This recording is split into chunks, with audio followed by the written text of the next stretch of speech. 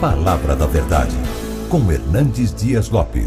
Irmãos queridos, nós vamos abrir a Palavra de Deus no Evangelho de Cristo, conforme o registro de Lucas, capítulo 3. Lucas, capítulo 3.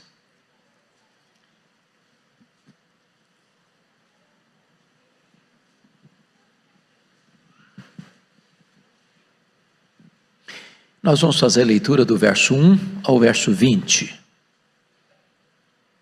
Eu peço a você para, após a leitura do texto, manter sua Bíblia aberta comigo nesta passagem. No 15º ano do reinado de Tibério César, sendo Pôncio Pilatos governador da Judeia, Herodes tetrarca da Galileia, seu irmão Filipe tetrarca da região de Itureia e Traconites, e Lisânias tetrarca de Abilene, sendo os sumos sacerdotes Anás e Caifás, veio a palavra de Deus a João, filho de Zacarias, no deserto. Ele percorreu toda a circunvizinhança do Jordão, pregando o batismo de arrependimento para a remissão de pecados, conforme está escrito no livro das palavras do profeta Isaías: voz do que clama no deserto, preparai o caminho do Senhor, endireitai as suas veredas. Todo vale será aterrado e nivelado todos os montes e outeiros. Os caminhos tortuosos serão retificados e os escabrosos aplanados, e toda a carne verá a salvação de Deus. Dizia ele, pois, às multidões que saíam para serem batizadas: raça de víboras, quem vos induziu a fugir da ira vindoura? Produzi, pois, frutos dignos do arrependimento, e não comeceis a dizer entre vós mesmos: temos por pai Abraão. Porque eu vos afirmo que destas pedras Deus pode suscitar filhos a Abraão. E também já está posto o machado à raiz das árvores. Toda árvore, pois, que não produz bom fruto é cortada e lançada ao fogo. Então as multidões o interrogavam, dizendo: que havemos, pois, de fazer? Respondeu-lhes: quem tiver 2 túnicas, reparta com quem não tem, e quem tiver comida, faça o mesmo. Foram também publicanos para serem batizados e perguntaram-lhe: mestre, que havemos de fazer? Respondeu-lhes: não cobreis mais do que o estipulado. Também soldados lhe perguntaram: e nós, que faremos? E ele lhes disse: a ninguém maltrateis, não deis denúncia falsa, e contentai-vos com o vosso soldo.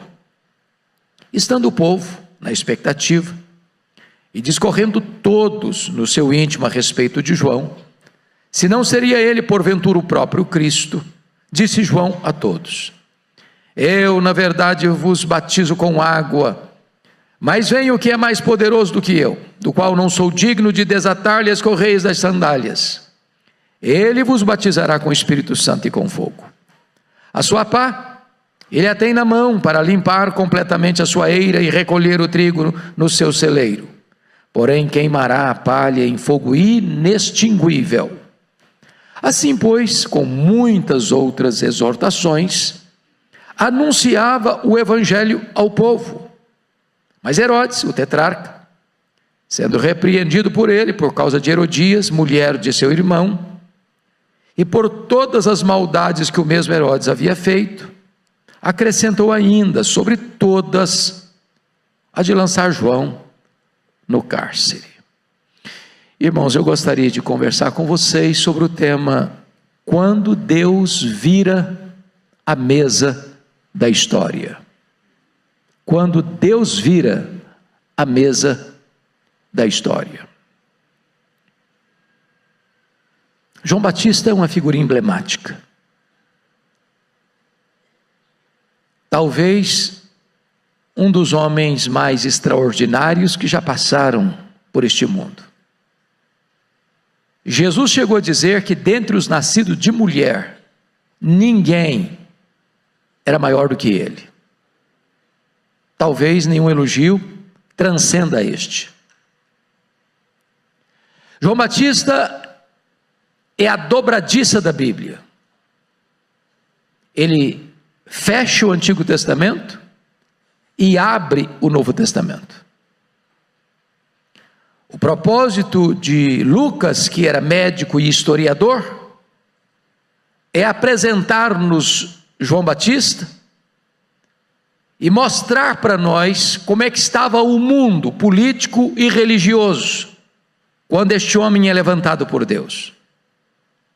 Para fazer isso, Lucas adota uma metodologia. Ele parte do geral para o particular, do cenário político do império, vindo então para o cenário político e religioso da província de Israel. Ele abre para nós o mapa e apresenta para nós o cenário em que este homem veio ao mundo, como precursor do Messias. Eu vou pedir sua atenção e me delongar um pouquinho na descrição desse cenário, por entender que nós não podemos compreender claramente o ministério de João, a não ser que tenhamos com clareza o cenário em que ele foi apresentado. Então, com a Bíblia aberta comigo, observemos isso. No 15º ano do reinado de Tibério César, diz o verso 1. Bom, se você ler Lucas 2:1, você vai notar que quando Jesus nasceu, quem governava era César Augusto. César Augusto sucedeu Júlio César. César Augusto morreu no dia 19 de agosto do ano 14 depois de Cristo. E ele é sucedido então por Tibério César, que era seu filho adotivo, que é sucedido por Calígula, que é sucedido por Cláudio, que é sucedido por Nero, que é sucedido por Tito Flávio, que é sucedido por Vespasiano, que é sucedido por Domiciano, que é sucedido por Galba. E encerra-se aqui o relato do primeiro século, quando João retorna para Éfeso depois do seu cativeiro na colônia penal da ilha de Pátimos. Se nós estamos falando, portanto, do ano 15º do reinado de Tibério César, e se ele começa a governar em agosto do ano 14 depois de Cristo, nós estamos falando do ano 29 da era cristã. O Império Romano era um império truculento, tanto é fato que em Daniel capítulo 2, a figura que se tem lá daquela imagem, Roma é representada pelas pernas de ferro e os pés de ferro e de barro. Onde ele entrava, ele conquistava, ele oprimia. Era um império truculento, expansionista e guerreiro. O cenário, do ponto de vista do império, o cenário internacional, era um cenário de opressão política. Mas e a província, como é que está? Israel, qual é o cenário? E aqui eu chamo a sua atenção para o fato de estar escrito que sendo Pôncio Pilatos governador da Judéia. Aqui é preciso parar para entender. Porque no verso 1 você vai encontrar 3 tetrarquias, mas governada pela família herodiana. E aqui você vai ver que esse nome Pôncio Pilatos não era filho de Herodes, não fazia parte da família herodiana. Então vamos compreender um pouco agora esse cenário, por que esse nome está aqui. Vocês sabem que quando o Antigo Testamento termina, lá com Malaquias, quem governava o mundo era o Império Medo-Persa. Mas o Império Medo-Persa cai nas mãos de um outro império, o Império Greco-Macedônio, e domina o mundo, com Filipe da Macedônia e seu filho Alexandre o Grande, que espalha a cultura helênica e uma língua universal, o inglês de hoje da época, a língua grega. Quando Alexandre o Grande morre, não tendo herdeiro para assumir o trono, o grande império dele é dividido entre 4 generais. Israel ficou ora sob o domínio dos egípcios, os Ptolomeus, ora sob o domínio dos sírios, os Seleucidas. Nesse tempo é que há a grande tradução do Velho Testamento para o Novo Testamento, formando o que nós chamamos da versão, a Septuaginta. Nesse período, sob o governo Seleucida, Antíoco Epifânio profana o templo de Jerusalém, sacrificando um suíno no altar do templo, o que provoca uma guerra, a guerra dos Macabeus, com Judas e Matatias Macabeus, e a família Macabeia domina, vence essa guerra e passa Israel a ser dominado por esta família, a família Asmoneia. Porém, no ano 63 a.C., Pompeu conquista essa região, e Israel passa a ficar debaixo do domínio de Roma, a partir de 63, nomeando Antípater como rei sobre Israel. Com a morte de Antípater, o filho dele, Herodes, chamado Herodes o Grande, ou Herodes I, começa a governar. E aqui você já começa a encontrar esse nome na Bíblia. Quando você fala de Herodes, é complicado às vezes, porque a Bíblia não descreve com clareza que Herodes, mas o Novo Testamento fala de 4 Herodes. Herodes I, que esse Herodes que governa como rei por concessão do imperador romano e do senado romano, Israel como rei de todo o território de Israel. Depois você tem Herodes Antipas, é o que está aí no versículo 1, que era o tetrarca da Galileia. Depois você escuta de Herodes Agripa I, lá em Atos 12, o que mandou matar o apóstolo Tiago e prender Pedro. E você tem um 4º Herodes, que é o Herodes Agripa II, o que disse para Paulo em Cesareia: por pouco me persuades a me fazer um cristão. Mas vamos parar um pouquinho nesse Herodes I, que é o grande administrador de Israel. Tudo que acontece de grande, acontecia de grande lá, foi ele que fez. Por exemplo, foi ele que ampliou e embelezou o templo de Jerusalém, tornando-o maior e mais belo e mais suntuoso que o templo de Salomão. 46 anos de obra.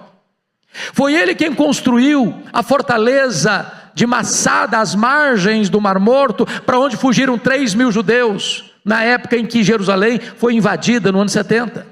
Foi ele quem construiu o porto de Cesareia Marítima, abrindo o comércio internacional e possibilitando as viagens missionárias. Foi ele quem construiu a fortaleza da Antônia, onde Jesus foi julgado por Pôncio Pilatos. Esse homem, entretanto, tinha um grave problema. Ele não suportava que alguém pudesse concorrer com ele ou ameaçar o seu poder. E eu vou explicar um pouco da história desse homem. Herodes o Grande casou-se 6 vezes. Aliás, me perdoe, casou-se 9 vezes. E ele era um homem tão mau que quando ele assumiu o governo, ele mandou matar mais da metade do sinédrio judaico, que era composto de 71 membros, para dizer: aqui quem manda sou eu. Dentre as esposas, das 9, uma era chamada a preferida dele, e o nome dela era Mariana, da nobreza. E quando ele se casa com Mariana, ele manda matar todos os grandes nobres da família dela, com medo de concorrência ao poder. Antes disso, a sua sogra Alexandra pede para ele nomear Aristóbulo, um jovem de 17 anos, como sumo sacerdote. O sacerdócio já estava corrompido, e ele o faz, atendendo a sogra, e porque o menino foi bem, ele mandou matar o Aristóbulo. A sogra fugiu para o Egito, e ele mandou os seus emissários lá no Egito matar a sua sogra. Quando ele retorna do Egito, acontece a morte da sua sogra no Egito, o imperador César Augusto chama Roma para lhe dar uma descompostura, dizendo: é melhor ser filho de um porco do que ser filho de Herodes. Antes de ir para Roma, com medo de Mariana conspirar contra ele, porque a família estava sendo assassinada, ele manda matar Mariana. Quando ele retorna de Roma, ele manda 2 dos seus filhos estudarem em Roma. A Salomé, que era irmã dele, do mesmo estofo moral, diz para ele: olha, quando esses meninos voltarem, eles vão estar mais preparados que você para governar. Ele não titubeou, mandou matar os próprios 2 filhos. Bom, quando ele estava para morrer, na estância hidromineral de Jericó, ele fez a sua irmã Salomé jurar que no dia da morte dele, ela mandaria matar um nobre de cada família rica de Jerusalém, porque ele queria ter choro e lágrimas no seu funeral. Bom, agora você vai entender um pouquinho o texto bíblico de Mateus 2, porque até então eu não entendi esse versículo. Quando os magos chegaram do Oriente, em Jerusalém, fizeram a seguinte pergunta: onde está o recém-nascido rei dos judeus? Viemos para adorá-lo. Diz a Bíblia que Herodes ficou alarmado e com ele toda Jerusalém. Como é que um rei fica alarmado com uma pergunta dessa? Como é que uma cidade inteira fica perturbada com uma pergunta dessa? É porque Jerusalém sabia quão sanguinário era este homem, que toma, portanto, a decisão de mandar matar todas as crianças de Belém dos seus arredores. Porém, este homem morreu. Eu quero dizer para você que os poderosos também morrem, que o tempo de governo deles cessa, porque só o trono de Deus é eterno. Quando ele morre, vamos entender isso agora. Quando ele morre, mas o reino dele é dividido em 4 partes, chamamos isso de tetrarquia. A tetrarquia da Judéia vai pertencer ao filho dele, chamado Arquelau. Não está aqui não, está lá em Mateus 2:22. As outras 3 tetrarquias estão aqui: Herodes, tetrarca de Galileia; Filipe, tetrarca da região de Itureia, Traconites; e Lisânias, tetrarca de Abilene. Por que está esse nome aqui, Pôncio Pilatos? Caiu de paraquedas? O Pôncio Pilatos não é da família herodiana, a família Edomeia, descendência de Esaú. É um romano. Como é que ele está aqui? Está aqui pela seguinte razão: quando o tetrarca da Judéia, o Arquelau, começou a reinar, no ano 6 depois de Cristo, os judeus não suportaram esse homem. Ele era muito mau, ele era pior que o pai. Então os judeus pediram para Roma: tira esse homem daqui, bote aqui um preceptor romano, bote aqui um governador romano. E Roma não perdeu a oportunidade e bota um governador romano dentro de Jerusalém, botando o pé dentro da Judéia. É por isso que você está encontrando aqui o Pôncio Pilatos. Isso a partir do ano 6. Pilatos não é o primeiro governador, ele é o 5º governador. Por que eu estou trazendo isso para vocês? Porque o propósito de Lucas é mostrar para nós que o cenário político do império era de truculência, mas o cenário político da província era pior ainda. Era uma família sanguinária que estava governando, e esse Pôncio Pilatos era tão mau, que diz a Bíblia que numa época em que os galileus vieram adorar em Jerusalém, ele matou os galileus e misturou o sangue deles com sacrifícios. Ou seja, o cenário político era o pior possível quando Deus levantou João Batista. Mas você pergunta assim: bom, mas quem sabe o cenário religioso traga alguma esperança? Veja comigo o verso 2: sendo os sumos sacerdotes Anás e Caifás. Há uma coisa esquisita aqui, só tinha um sumo sacerdote, aqui tem 2. Aliás, o Anás era o sogro, o Caifás era o genro. O Anás já tinha sido deposto, mas por ser um homem muito poderoso, ele ainda dava as cartas. O Caifás tinha a caneta na mão, mas quem dava as coordenadas era o Anás. Em outras palavras, a religião também estava rendida à corrupção. Para vocês terem uma ideia, do ano 37 a.C. ao ano 26 depois de Cristo, foram levantados 28 sumos sacerdotes em Jerusalém. A religião estava rendida à corrupção, ao desvio espiritual e moral. Meus irmãos, não tem cenário mais sombrio do que este. Você pergunta: tem esperança? Tem saída? Tem solução? E eu quero dizer para você que quando o cenário parece sombrio demais, Deus entra na história, vira a mesa da história e muda o placar do jogo. Quem está no trono é Deus, quem tem as rédeas da história é Deus, quem dá saída para o seu povo é Deus. Porque está escrito no verso 2: sendo os sumos sacerdotes Anás e Caifás, veio a palavra de Deus a João, filho de Zacarias, no deserto. E começa aqui, meus irmãos, um grande avivamento espiritual. Começa aqui a entrada do Messias, começa aqui a história do nosso glorioso Redentor, que veio ao mundo, se encarnou e mudou a história dos homens. Louvado seja o Senhor. Agora notem vocês que a palavra de Deus não veio a Tibério César em Roma, a palavra de Deus não veio a Pôncio Pilatos em Cesareia Marítima, a palavra de Deus não veio a Anás e Caifás em Jerusalém, a palavra de Deus não veio a Herodes Antipas da Galileia, a palavra de Deus veio a João, filho de Zacarias, no deserto. Um homem estranho, comendo comida estranha, vestindo roupa estranha, pregando em lugar estranho. Mas onde este homem está, as multidões, toda a província da Judéia, toda a circunvizinhança de Jerusalém, toda a cidade de Jerusalém, vai para o deserto ouvi-lo. Sabe o que significa isso? Não é o lugar que faz o homem, é o homem quem faz o lugar.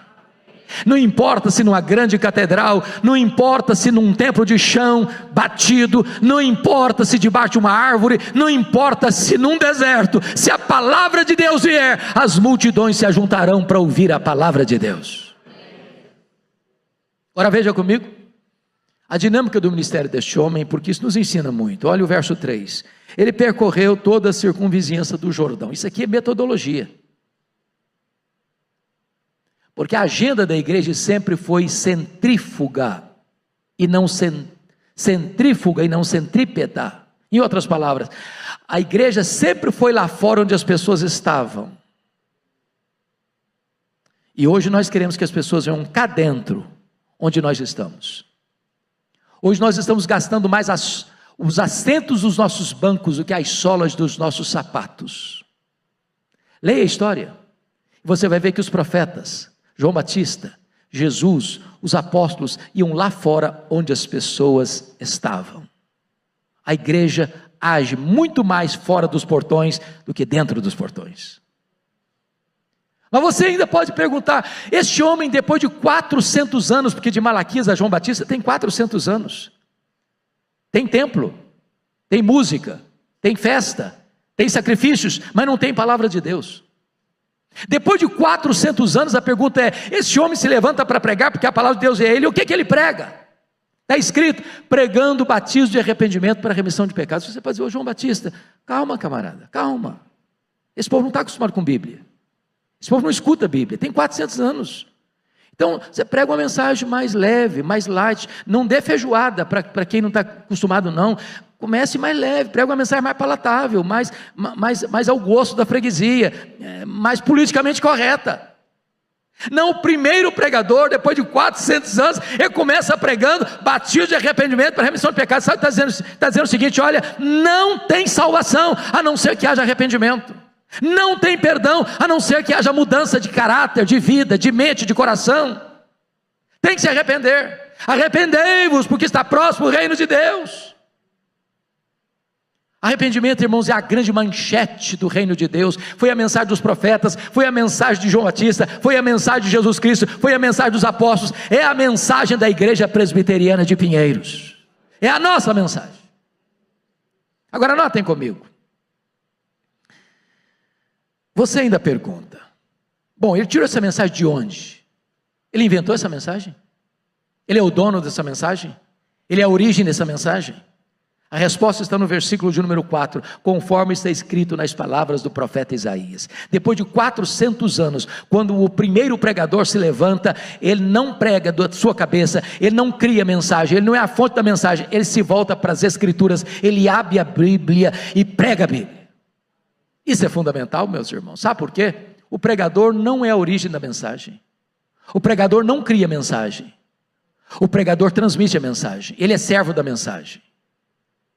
Ele abre as escrituras e expõe as escrituras. Deus não tem nenhum compromisso com a palavra do pregador, Deus tem compromisso com a sua palavra.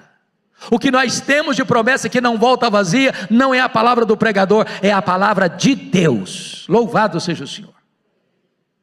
E eu quero lhes dizer, irmãos, que essa palavra é tão poderosa, que ela produz mudanças radicais. O verso 5 nos aponta isso.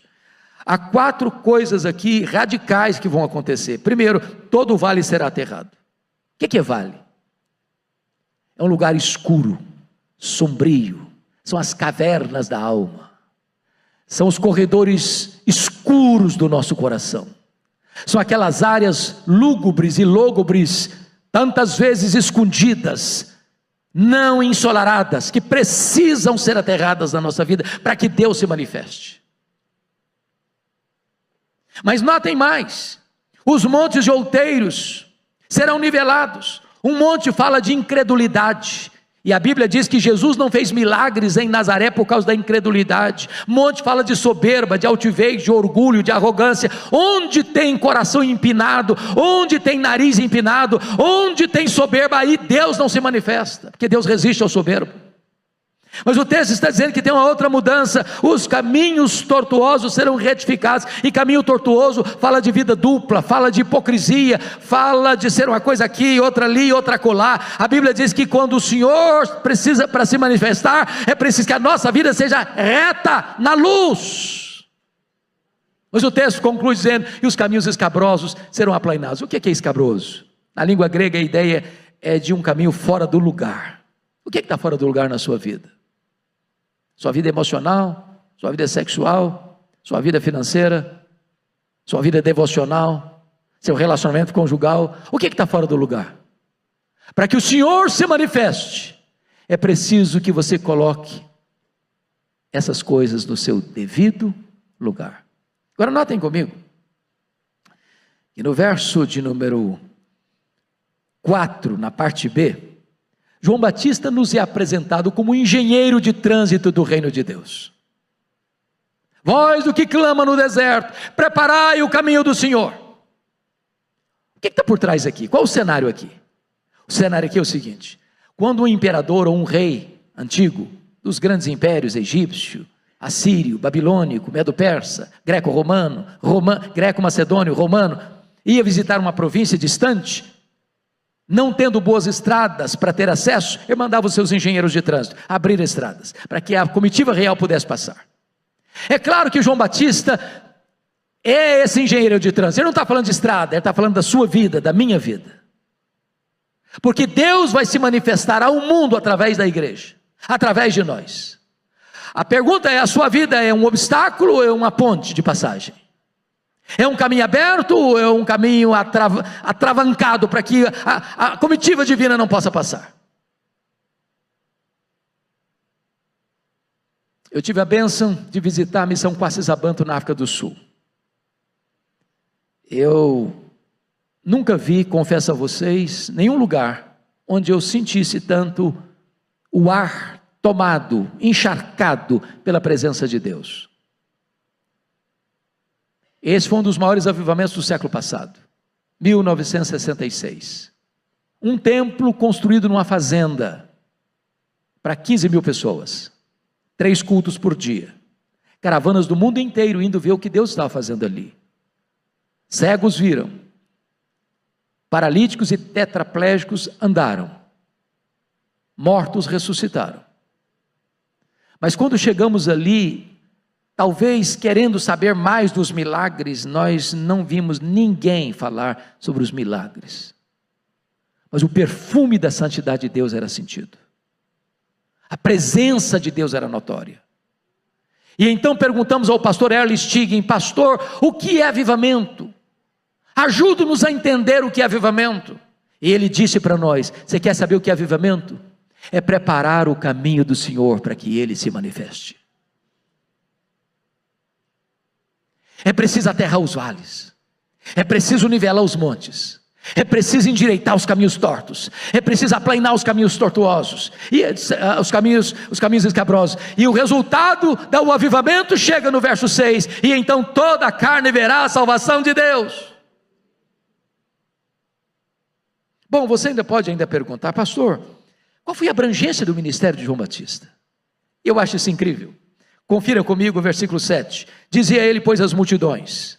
Confira o versículo 12, foram também publicanos. Confira o versículo 14, também foram soldados. Por que está escrito isso aqui? O que nós temos que aprender isso aqui? Eu tenho lido sobre crescimento de igreja, pastor Arival, missiólogos tratando dessa matéria, e alguns especialistas dizem o seguinte: você quer uma igreja para crescer? Essa igreja tem que ser homogênea.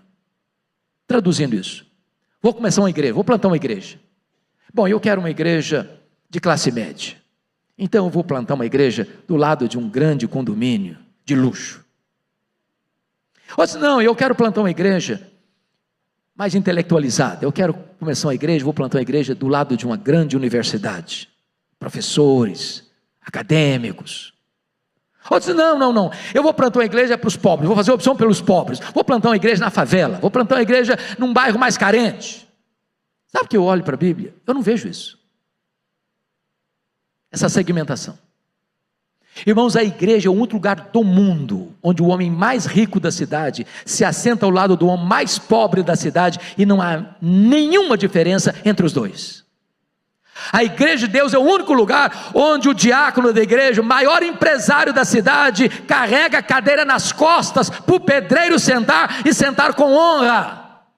Deus não vê o homem como os homens veem os homens. Deus não olha a cor da pele, Deus não olha a conta bancária, Deus não olha os diplomas universitários, Deus não tem opção nem pelo rico nem pelo pobre. Deus ama o pecador, e todos são pecadores, e todos são bem-vindos, e todos formam uma só família, um só rebanho, um só povo. Louvado seja Deus.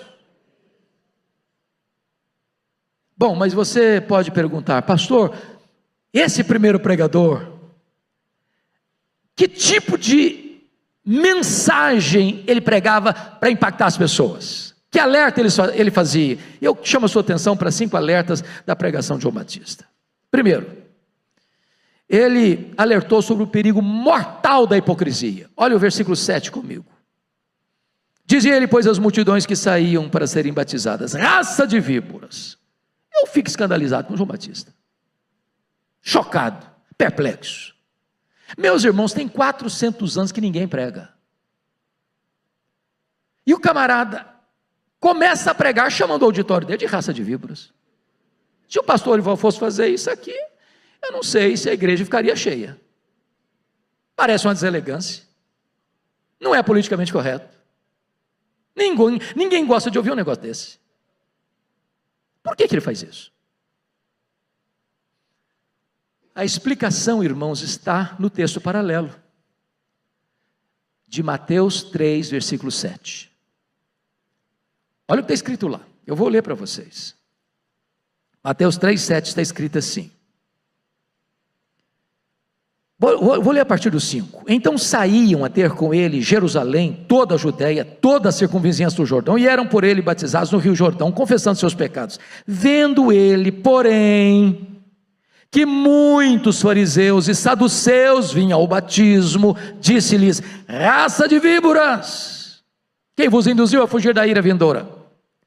João Batista olha nessas multidões, e no meio delas muitos fariseus e saduceus. Então ele disse: raça de víboras. Agora vamos entender isso aqui, porque é fundamental. Quando você lê os evangelhos, você fica com um pouco de raiva, raiva dos fariseus. Pensa num time complicado, gostava de holofotes, gostava dos primeiros lugares, exaltavam eles mesmos, vomitavam santarronice, gostavam de ser detetive da vida alheia, investigavam a vida de todo mundo, menos a deles mesmos. Eram sepulcros caiados, bonitos por fora, mas podres por dentro. Eram hipócritas, tornaram-se os mais terríveis inimigos de Jesus. Agora escutem isso, os fariseus não foram sempre assim, não. Quando esse grupo surgiu, ele surgiu como um movimento de reforma e de reavivamento. Lembram vocês que disse que quando o Império Greco-Macedônio dominou o mundo, espalhou a cultura helênica, a cultura grega, era uma espécie de secularização da igreja. Esses fariseus surgiram para resistir a isso e manter a fidelidade à Bíblia, às Escrituras, com piedade e com sã doutrina. Mas com o tempo a forma foi tomando o lugar da essência, e eles perderam a piedade, mas mantiveram a aparência. Esse time está escutando João Batista. E quem eram os saduceus? Era também um grupo de resistência, uma contracultura, mostrando a necessidade de manter-se firme na palavra e não se dobrar à cultura grega, à secularização da igreja da época. Porém, os saduceus se curvaram à cultura helênica. Para vocês terem uma ideia, os saduceus não acreditavam em ressurreição. Por que não? Porque isso era o pensamento grego. Os saduceus não acreditavam em anjos. Os saduceus não acreditavam em todo o Velho Testamento, só no Pentateuco. Diríamos nós que os saduceus eram os teólogos liberais da época. Mais do que isso, os saduceus tornaram-se colaboracionistas de Roma. O que ganharam em moeda de troca? Administrar a mina de ouro da religião judaica, administrar o templo. Vocês sabem que os sacerdotes eram saduceus. Toda a religiosidade de Israel concentrava no templo. Haviam 4 grandes festas anuais, caravanas do mundo inteiro vinham a Jerusalém. Sabe o que acontecia?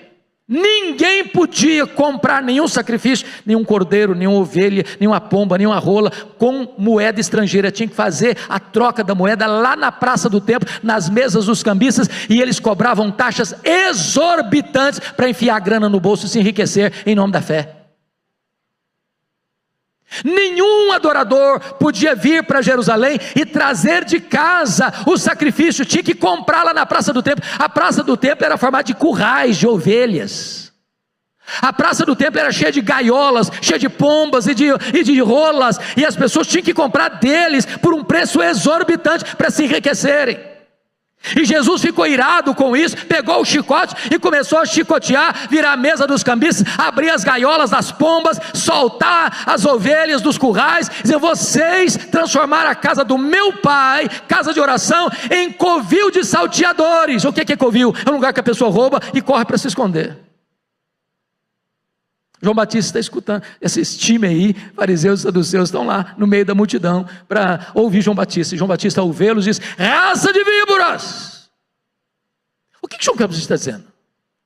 O que eles traziam no coração, a hipocrisia, era pior do que o veneno das víboras, porque o veneno da víbora é Deus quem coloca, mas o veneno da hipocrisia é o diabo que coloca.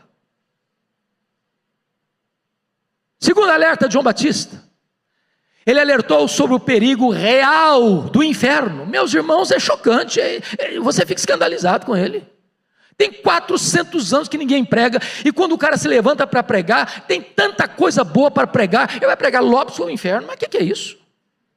Isso é um choque. E pregar sobre o inferno não dá ibope, irmãos, não dá. Ninguém dá um tapinha nas costas do pregador porque pregou um sermão sobre o inferno. Ninguém fala: tá legal, pastor, gostei, ó, estou saindo assim até mais leve depois desse sermão sobre o inferno.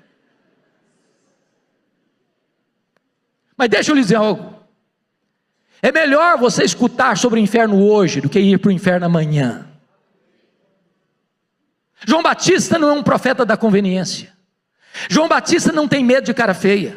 João Batista não é um alfaiate do efêmero. João Batista é um escultor do eterno. Ele prega a palavra de Deus, porque o propósito dele é levar o seu auditório ao arrependimento e à salvação, e não amaciar para agradar este ou aquele ouvinte.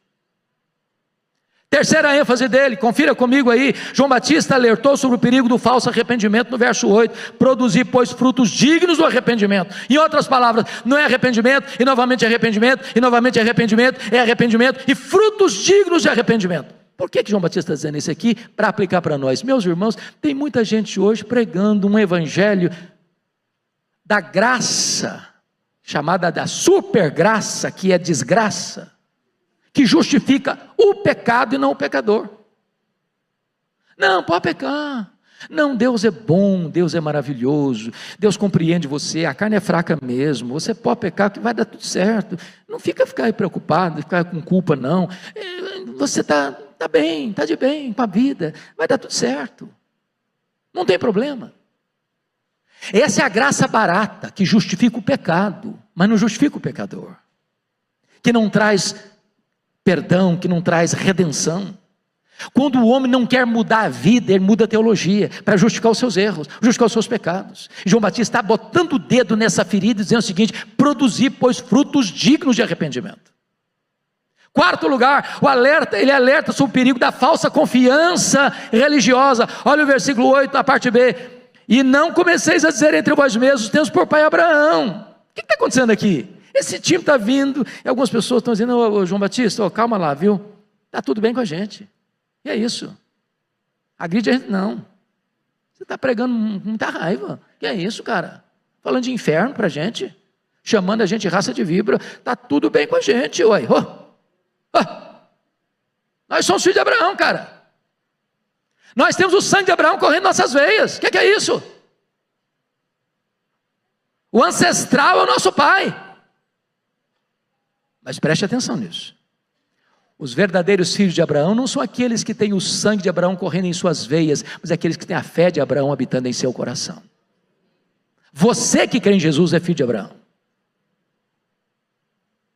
E ele termina, a última ênfase dele é o perigo da vida infrutífera, no versículo 9.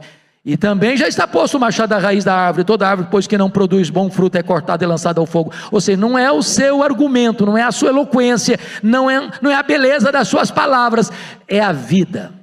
Você conhece uma árvore pelo fruto, Bom, você pode fazer agora a pergunta: pastor, e daí? Este tipo de pregação trouxe resultado? Trouxe resultado? E a resposta é que a pregação de João Batista produziu uma revolução tão grande que o apelo não partiu do pregador para o auditório, o apelo partiu do auditório para o pregador. Aí você tem avivamento. Lembra do Pentecoste? Não foi Pedro que apelou, foi o povo que apelou para Pedro. O que vamos fazer, Pedro? E ele disse: arrependei-vos e cada um de vós seja batizado em nome do Senhor Jesus Cristo e recebereis o dom do Espírito Santo. E esta promessa não é apenas para vós, é para os vossos filhos, para os que estão longe, para quantos o Senhor nosso Deus chamar.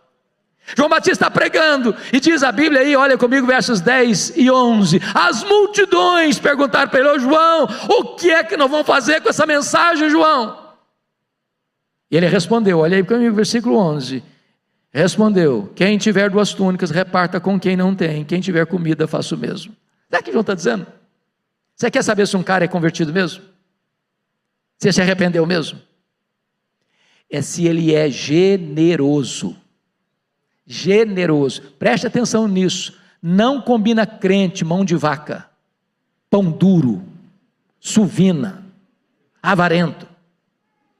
Crente tem o coração aberto, o bolso aberto, as mãos abertas, a casa aberta. Agora vamos entender uma coisa. Naquela época os bens de consumo não são fáceis igual hoje não. O cara comprava uma túnica e usava a túnica até acabar. Quem tinha 2 túnicas era o só fulano. Quem tem 2, dê uma. Porque às vezes a gente vai fazer um bazar na igreja, meus irmãos vão trazer roupas usadas, usáveis, e o cara começa a trazer as roupas velhas, até poída, sapato até furado, desafogar o guarda-roupa dele. Se você vai dar, dê o melhor. Aliás, gente, se você não tem experiência de ser generoso, comece a ser, comece a praticar isso. Reserva lá nas suas economias, toda semana, um valor para você dar oferta. E você vai ver a revolução que Deus vai fazer na sua vida. Agora preste atenção mais. Generosidade não é arrependimento. Ninguém vai para o céu porque dá roupa e comida para as pessoas. Generosidade é a evidência do verdadeiro arrependimento. Não é um substituto, é uma evidência. Mas vamos ver o impacto disso na vida de outro grupo. Versículo 12. Foram também os publicanos para serem batizados e perguntaram-lhe: mestre, o que havemos de fazer? Respondeu-lhes: não cobreis mais do que o estipulado. O que está escrito aqui? Eu estou falando agora de Receita Federal, do fisco. Vocês sabem que Roma na época não tinha os mesmos mecanismos de controle social que tem hoje, porque o leão está de olho em você. Ele sabe mais da sua vida que você mesmo de você mesmo. Então o que Roma fazia para arrecadar tributos? Roma fazia uma concessão. Então você vai ter a concessão de administrar uma região aqui, com um propósito de passar um valor definido para os cofres de Roma. Agora você pode cobrar muito mais aí, eu não estou nem aí, desde que você repasse o valor para Roma, você pode cobrar o que você quiser e embolsa o resto. Não tinha uma classe mais odiada do que os publicanos. Eles exploravam o povo, eles massacravam o povo. Eles enriqueciam às custas da opressão de um povo pobre e oprimido. E esse time estava escutando João Batista. E aí eles perguntou: João, e nós? Vamos fazer o quê? Ele diz: olha, não cobrem mais do que o estipulado. O que ele está dizendo? Você quer saber se um cara é convertido mesmo? Se se arrependeu de fato? Veja se ele é honesto e íntegro nas suas transações comerciais. Preste atenção nisso, irmão. Crente não é enrolado. Crente não passa a perna nos outros. Crente não faz falcatrua nos seus negócios. Crente não usa de meios e esquemas para arrecadar mais do que é o legal, do que é o honesto, do que é justo. Crente é íntegro no trato com dinheiro. Você que conhece o mapa religioso do Brasil, você sabe disso. A igreja evangélica brasileira está precisando de um choque ético. Porque não basta apenas entrar para a igreja evangélica, é preciso mudar o caráter, é preciso mudar a vida, é preciso mudar a conduta, é preciso mudar a maneira de lidar com as coisas materiais. Mas agora, tem um terceiro grupo lá, esse 14, olha aí. Também soldados lhe perguntaram: e nós que faremos? E ele disse: a ninguém maltrateis, não deis denúncia falsa, contentai-vos com o vosso soldo. O que ele está dizendo para os soldados? Primeiro, cuidado para você não usar a sua farda para exorbitar no exercício da sua autoridade. Você está com um revólver na cintura, com a farda militar, você achar que você é o todo-poderoso e massacrar alguém, maltratar alguém. Você é um servidor e não um opressor. Não deis denúncia falsa. O que ele está dizendo? É que os soldados estavam mancomunados e conluiados com os cobradores de impostos para receber grana, propina. Como assim? Vou explicar. O publicano chegava na casa do senhor José e disse: senhor José, eu vim aqui informar o senhor que o seu tributo esse ano, o seu imposto esse ano é tanto. O senhor José tomava um susto e disse: meu Deus, eu não aguento pagar isso. Se eu pagar essa quantidade de imposto, eu vou passar necessidade, a minha família não vai ter como sobreviver. Senhor José, o imposto é tanto. E não discutia, ia embora. Entrava o soldado: senhor José, o imposto é tanto. Eu não posso pagar tanto. Senhor José, ou o senhor paga ou eu te denuncio. Numa província dominada por Roma, ser denunciado por um soldado romano era o fim da picada. O cara estava com a cabeça a prêmio. E o soldado embolsava essa grana, que ele ajudava o cobrador de imposto a explorar. João Batista diz: contentai-vos com o vosso soldo, com o vosso salário. O que João está dizendo? Você é crente mesmo? Você se arrependeu mesmo? Eu quero saber o seguinte: então você não vai usar de expedientes ilícitos, ilegais, para receber propina, para engordar o seu salário, para se enriquecer. Você faça o favor de contentar-se com o seu salário. Não use de expedientes para ficar rico. Eu sei, meus irmãos, que essas coisas não acontecem mais hoje. Mas nunca é tarde demais a gente alertar. Bom, deixa eu terminar. Quero dizer para vocês 3 características desse pregador, mediante quem Deus virou a mesa da história. Primeiro, a identidade desse pregador. Olha o versículo 15. Estando o povo na expectativa, preste atenção nos detalhes, irmãos. Quem que estava na expectativa? O povo. O povo é um coletivo de muita gente, todo mundo. E discorrendo quantos? Todos, não 80%, 90%, todos no seu íntimo, a respeito de João, se seria ele porventura o próprio Cristo. Eu fico impressionado com isso aqui, pastor Ival. Essa grande multidão lá, de repente um buchicho. Pede ouvido. Ô, gente, esse cara aí não é precursor do Messias, coisa nenhuma. Ele é o próprio Messias. Ele é o Messias. Não, esse cara é corajoso demais. Não, esse cara não tem medo de ninguém, não. Esse cara enfrenta qualquer um. Não, ele é o Messias. Ô, gente, ele é o Messias, tá? Ele é o Messias. Todo mundo, ele é o Messias. Não, ele é o Messias. A consenso, 100% de aprovação popular. Ele é o Messias. Ele é o Messias. Ele é o Messias. Ô, gente, nem outro não. É ele mesmo. E toda essa 100% da opinião popular transforma-se numa pergunta que beija os ouvidos de João Batista com aquela voz aveludada da serpente e fazendo a seguinte pergunta: porventura, tu não és o próprio Cristo?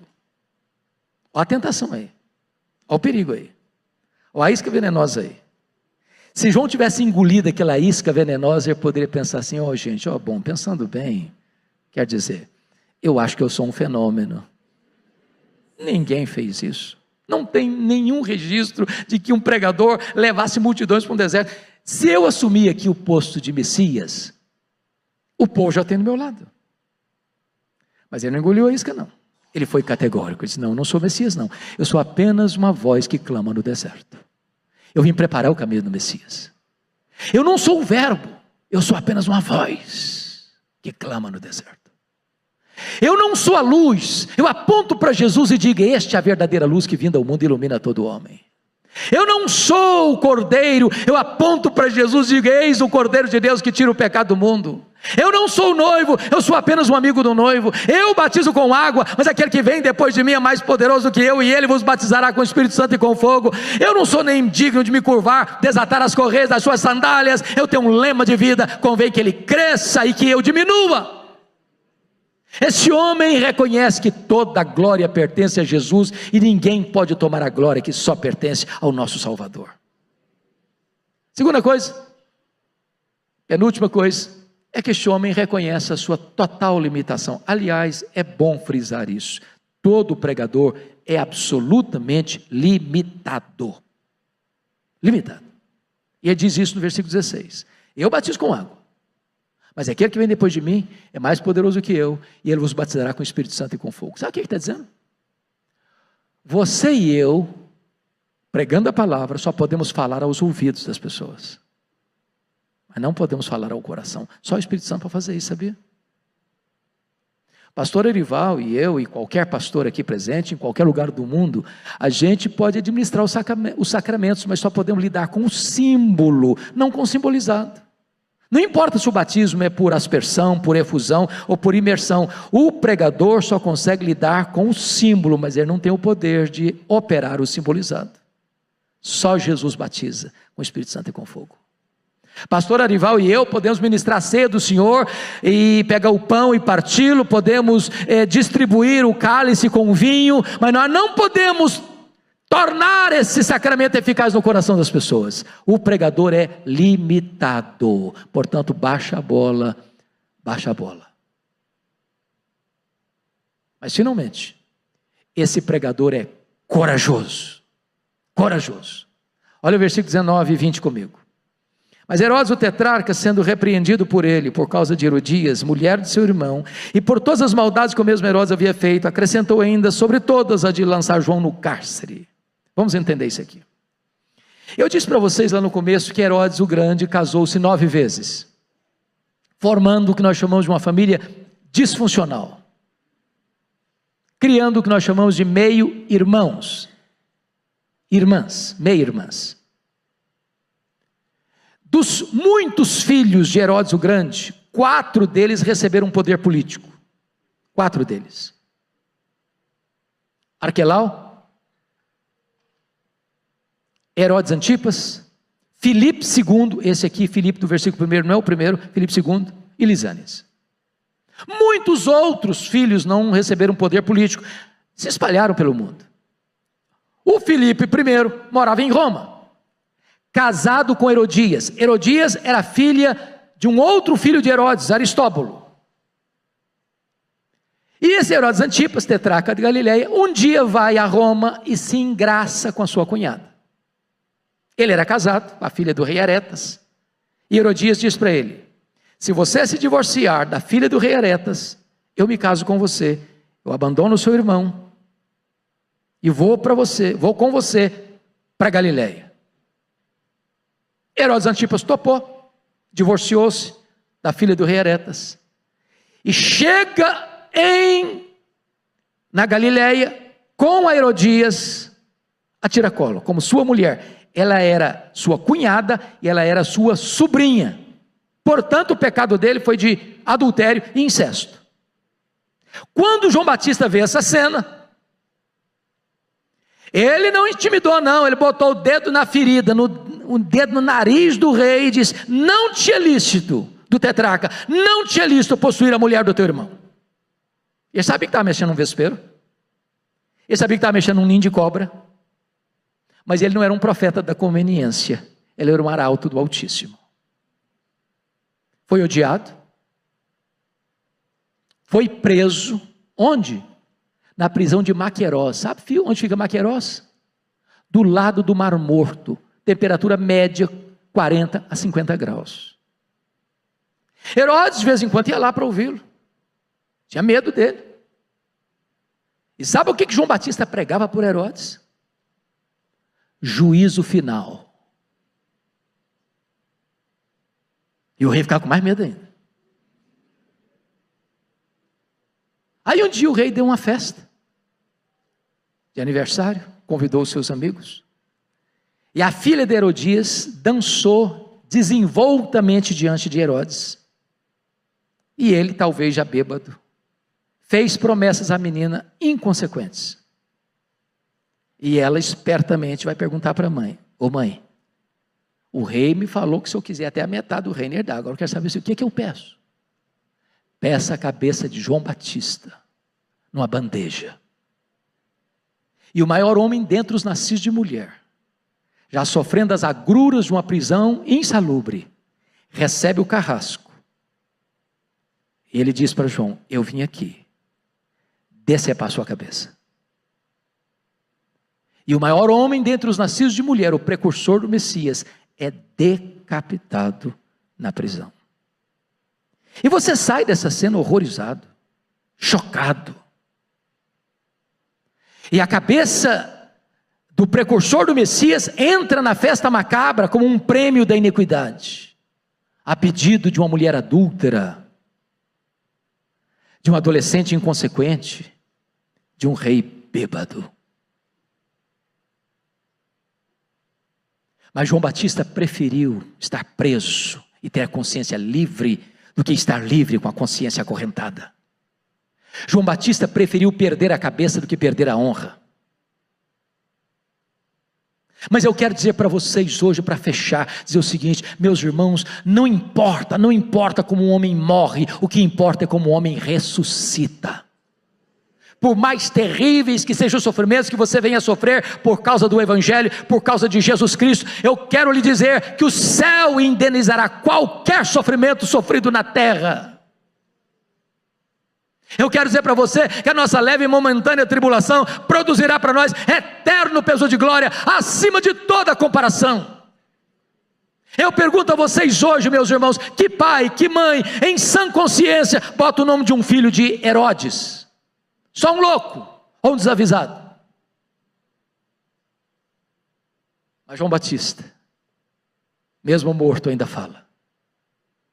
João Batista, ainda hoje, inspira milhões e milhões de pessoas a andar com Deus, a amar a Deus e a pregar com fidelidade a palavra de Deus. João Batista abriu o caminho e saiu de cena, e entrou o Messias, o Filho de Deus, o nosso Salvador, e ele andou por toda parte, libertando os oprimidos do diabo, curando os cegos, levantando os paralíticos, dando audição aos surdos, dando voz aos mudos, purificando os leprosos e pregando este evangelho da graça que alcançou a sua vida, que alcançou a minha vida. Ele que é a razão da nossa vida, porque Deus entrou na história, mudou o jogo da história, mudou o placar do jogo, e Deus está aqui hoje para mudar a história da sua vida, para transformar a sua vida, para trazer esperança para a sua vida. Não olhe o cenário, ele é cinzento, ele é amargo, ele é doloroso, mas quem está no trono é Deus, quem reina é Deus, e pode hoje, agora, aqui, fazer algo novo na sua vida, na minha vida, na nossa história, para a glória do seu nome. Louvado seja o Senhor.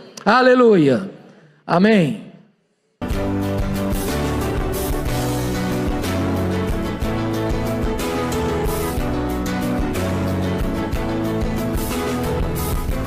Palavra da Verdade, com Hernandes Dias Lopes.